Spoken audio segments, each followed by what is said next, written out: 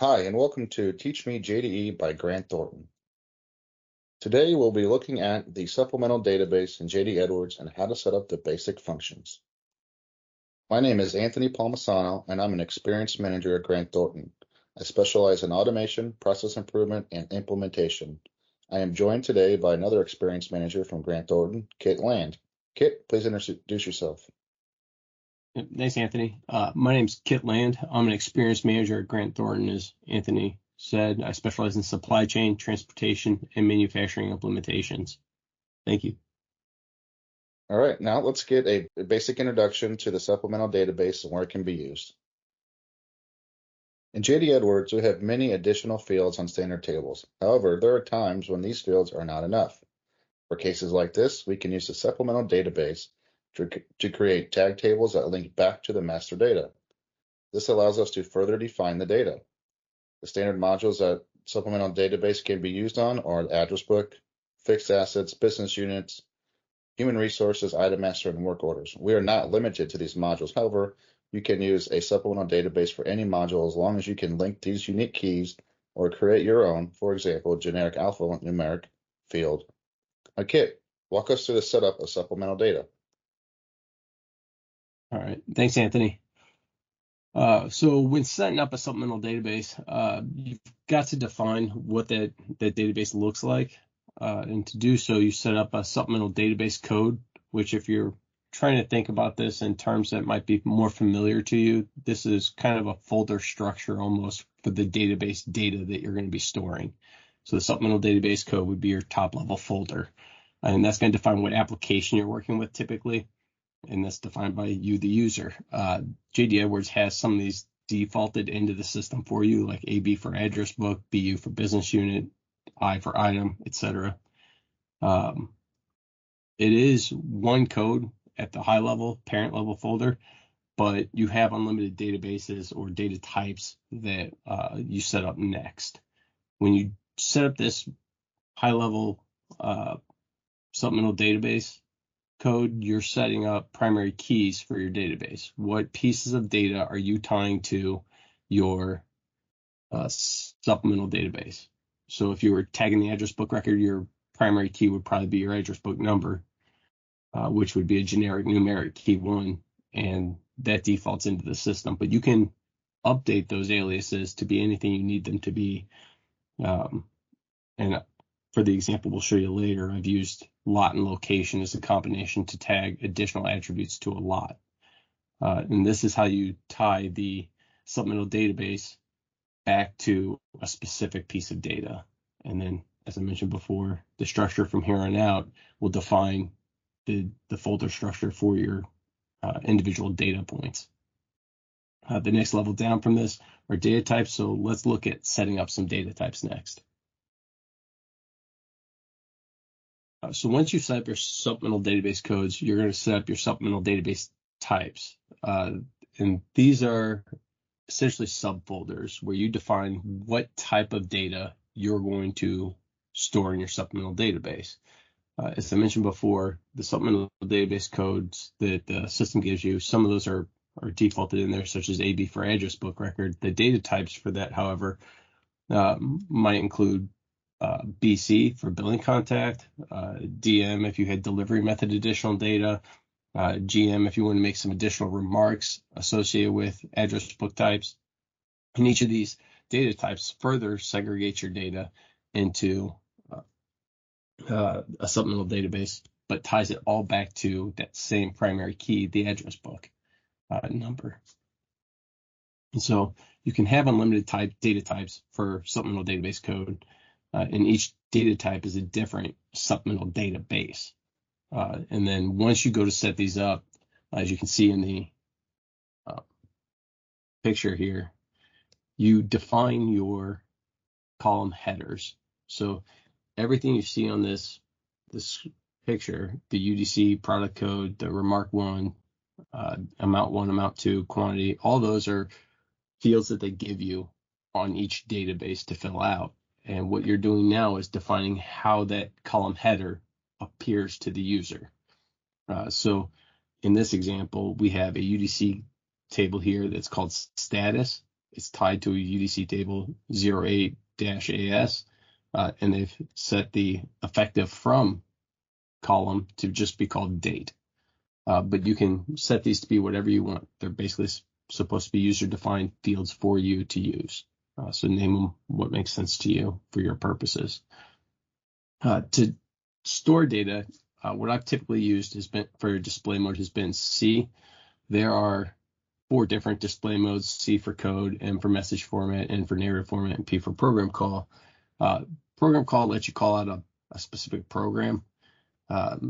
Message and narrative let you attach media attachments, and C pulls up by default the supplemental database unless you put data in there, and you can still attach message form media attachments and do a lot of the same stuff that you can in M and N. So what we've typically used has been C, and that's what we'll cover today. But there are some additional features for those other things. Once we've set up the data types, we have to create a version of the supplemental database program to enter the data into. So for every supplemental database, you'll have a copy of the P0092 that calls your supplemental database. And then you can use that version to either put it on E1 page and let people manually edit it by clicking on the E1 page button. Or what we've seen a lot of times is folks will link that via Cafe One, and we'll show you what that'll look like a little later during the demo. So once you've defined your supplemental database and your data types, you need to set up a version of the P00092 application that calls your supplemental database. In the figure you see here, we're calling the address book supplemental database. The primary key, as you can see, is the address book number. It's the only field that shows up in the header of that figure. And then below it in the grid area, you see 4 different supplemental databases that are currently in use and set up. You have neighborhood, which is data mode code. So there's going to be a supplemental database where folks enter specific tag information about the neighborhood. There's a CI carb score for the branch plant. Again, it's going to be a supplemental database table where folks can enter a CI carb score. And then the bottom 2, the address book master records and the TS, both look like they call the P data mode, which means they're going to call a different program from the address book. And so to edit these from this screen, once you've called your version of the P00092, you double click or drill into whichever one of these supplemental databases you wanted to add information to. You can add information to one. You could add information to all 4 of them. It's up to you. All right. So depending on how many supplemental database codes you decide to use when implementing the supplemental database, can be a lot of versions to maintain. So you try to consolidate your data types under as few supplemental database codes as possible. That's why instead of having a separate CI carb score or separate neighborhood supplemental database, you have one supplemental database for address book record, and you have 4 data types, which is 4 different supplemental databases that would technically tag that address book information. And you can call that information and data points individually using the data type and supplemental database code as part of your unique key when querying the supplemental database table, the F00092. Once the version is created, then you can enter the data into the database, and we'll go ahead and take a look at that now. We've set up our supplemental database codes, we've set up our data types, and we've set up the versions to call those data types. Now, once we call the versions that we've set up, we're ready to start entering individual data points. And so in the screenshot you're going to see here, we've called the address book supplemental database code. We've called the data type CI, which is your CI carb score that we set up for this demo. And once the version is set up, then we can add the data to the data type for the supplemental database code. So this is how we're going to now store and tag additional data that we want to put in the system. And this version, like I said, can be put on a menu, an E1 page, or a Cafe One. And this is where the supplemental data itself is actually entered. So if you were to set this up on an E1 page and click the button to call your address book CI score, You would type in your address book number in the header there where it says 60118, and you'd be able to tie your supplemental data directly to that address book record and the details. What you see there is 3 records. Remark 1 says test 2. The second remark says test 4. And the third remark says test 1. But all that data now is tied to the address book record. And you can set those effective dates or expiration dates. You can set your remarks or amount codes or whatever data you're trying to tag is what will appear here. And then each of those detailed headers where it says user defined code, description, effective date, AMT1, those are all showing up based on how we define those when we set up our supplemental data type. So the next slide, we're going to show you how a Cafe1 E1 page would look. All right, so the previous slide we showed you what it would look like if you clicked on an E1 page button and just called your application. What you're going to see in this figure here is what it looks like when you've tied your supplemental database to a Cafe1. So what we've done in this picture is we've tied the address book supplemental database to the address book so that when you go into an address book and you click on any record in the address book, on the right in your E1 page is dynamically linked to the address book number in the first column, and it pulls up all of the supplemental data related to that address book number. And then you can either update it or just review it and use it to make decisions. And you can do this, as we mentioned earlier, for any application in the system where you can define a unique key, where you can tie data from the supplemental data to the application you'd like to use it on. All right, so we've covered a lot of information here. So what I'd like to do then is go into the sandbox and take a look at setting this up and then processing some of this using a Cafe1. So as we mentioned before, the P00091 is where you set up your supplemental database codes. I've clicked find here and you'll see a complete list of supplemental database codes. For the sake of our demo here, I've set up a new one called LN for lot attributes. And when I drill into this, you can see what unique identifiers I've called out to be the primary key on this. So for every data point we have in this supplemental database, it needs to have a branch plant, a lot number, and a location. Lot number and branch plant were already here. I just click business unit, and then this row description is where you define what you want that to be called. If we didn't want this to be called branch plant, we can define it as business unit. And that's what it will be called when people open up the application. Same with lot and location. Now, location didn't exist. When you go into the 00S2 to select an alias, the location was not listed here. You can treat this table like any other UDC table in the system. If you don't find what you want here, you can come in, do a revisions, and add any alias you want to this. It just needs to make sense to you. This is not truly linking it to an existing alias in JDE. This is just meant to make sense to you, the user, to say, hey, this is the piece of data on the application that I'm going to be linking the supplemental database to. So in this case, like I mentioned, business unit, lot number, location. And I did not save that, so it will still show up as branch plant when we go to use the supplemental database. Once you've defined your supplemental database, you select it in the row like I have here, and then you can take a row exit and go work with data type, and you will see all the data types, which are your supplemental databases that are tied to this. So for supplemental database code LN, I have one data type of LA, lot attribute, tied to this. If we back out for a second and we look at address book and look at the data types here, you'll see they have a lot more data types. Supplemental database is set up for this address book record. But for our purposes, we're only going to use the one I've set up. Now, when you drill into the data type, the header information that you have to put in. You put in your data type if it doesn't already exist. In this case, I put in LA. You put in display mode. That's your code, message, narrative, or call program. As I mentioned before, we're going to cover the code. And then you put in your description.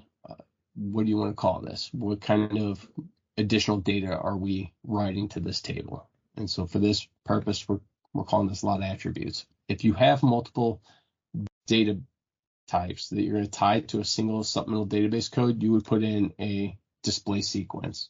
And that works like any other display sequence in JDE. So I would recommend going in increments of 10. So you have some ability to put a display sequence between two existing database types. But what this does is it determines if you have multiple data types, what order they appear in when a user opens your supplemental database to add data to it. And then down here in the details, again, this is where we define what we're calling our column heading. Every time you create a supplemental database, it's going to write every single one of these fields to the table.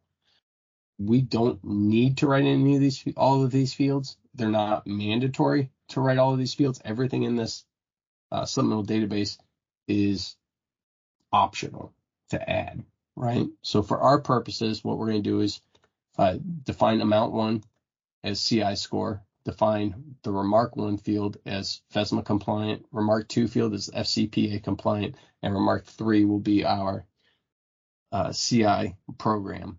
And then we'll have an effective from date that we use. And then those are the primary data points we'll go ahead and use. Now, I've set up I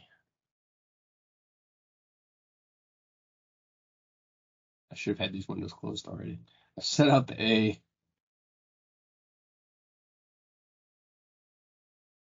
version of the P0092 already that calls our lot attribute supplemental database. So by calling that version, it should pull up our lot attribute supplemental database. We can put in our branch plant, our lot number, and our location.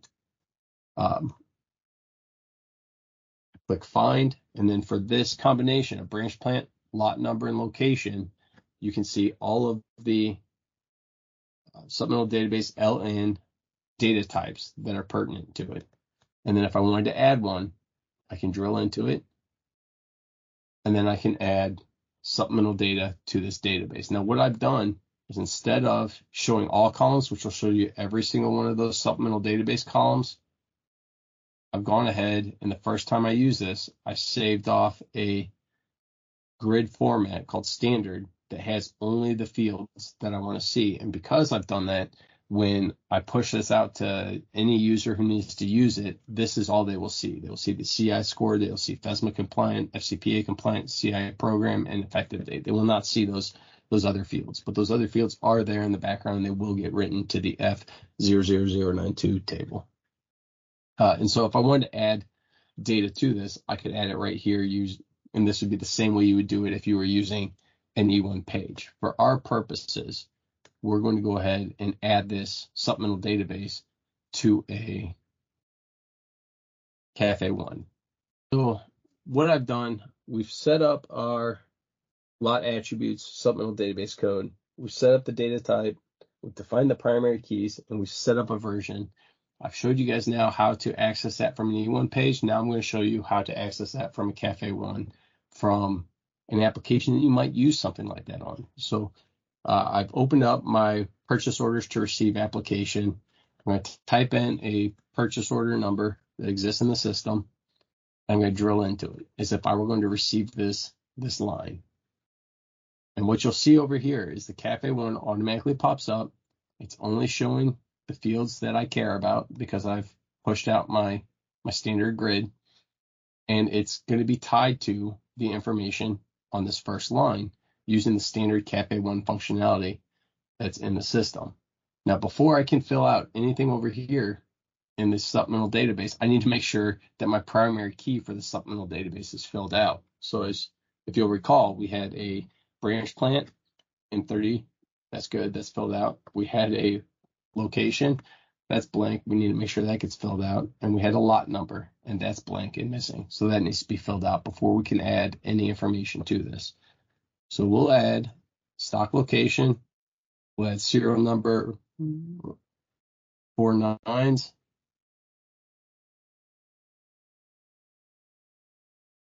And we'll go ahead and give the system a second to catch up to us. All right, and so what you see here now on the right side is we have our supplemental database code and data type. We have our branch plant filled in. We have our lot number filled in, and we have our location filled in. And now we can add any of the supplemental data we want to this.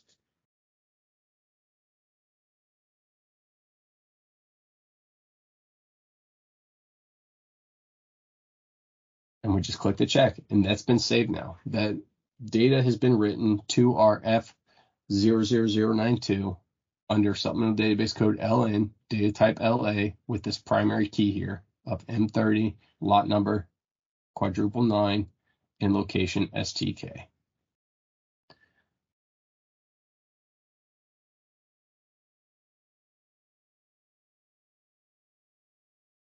So I'm going to go ahead and open up the data browser at this point and kind of show you guys what that would look like in the database when it writes to it. So you open up your F00092 supplemental database. Our database code was LN. Our data type was LA. Our business unit was defined as M30.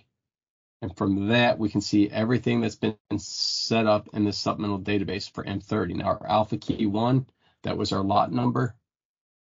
That was our quadruple 9. And then our alpha key 2 was our location. So that's what you see here. As our primary key, we can use our primary key and our supplemental database code and data type to find all of the data that we wrote to this table. And then the table adds a unique key ID for the supplemental database table that you can also use to call that if you needed to for any programming purposes. But there's our CI CARB score, there's our FESMA compliance, there's our FCPA compliance, and then your standard audit tables, my remark of the California CI CARB program. That's all there is to it. If you guys, we didn't show you guys how to set up a Cafe 1 today. If you don't know how to do that, please check out our other Teach Me JDE video on Cafe 1s. We'll go through the various ways we've seen those used and show you guys how to set up a Cafe 1 in that video. All right, thanks, Kit. That was a lot there on supplemental databases. So in summary, these are great to use when we don't have enough fields needed on the master tables, on the standard tables in JD Edwards. So that way we can further refine the data that we want to have. We can also create separate tag tables to the master data. So this is limitless. You can create as many databases as you need to based on those data types and supplemental database codes. Again, the standard modules that you're working with here, address book, fixed assets, business units, human resources, items, and work orders. But again, you're not tied to those. You can use it on any application as long as you have a primary key that you can use to tie it back to the supplemental database. Really, you can use this for anything that you want. There's unlimited use cases here. It's wherever you need to store extra data at, where we don't have a standard table that has the field you're looking for, we've got multiple different types of fields to store data in, be it numeric, alphanumeric, UDC codes, dates. There's lots of different things that you can do with this supplemental database. And there's 3 different things that you need to do to set it up. Decide on your supplemental database code, the data type, which is the structure right below that database code, so you can have unlimited data types to that database code. And then the third thing you need to do is set up that P00092 version that it has the supplemental database code in the processing options. So with that said, thank you for your time today. How can our Grant Thornton team help you? We offer multiple services to assist with your JD Edwards install or implementation. Anything from a multiple day Orchestrator training session to optimizations and enhancements of your current install and full-blown JD Edwards implementations. Feel free to reach out via that email below, and I thank you for your time today. Bye-bye.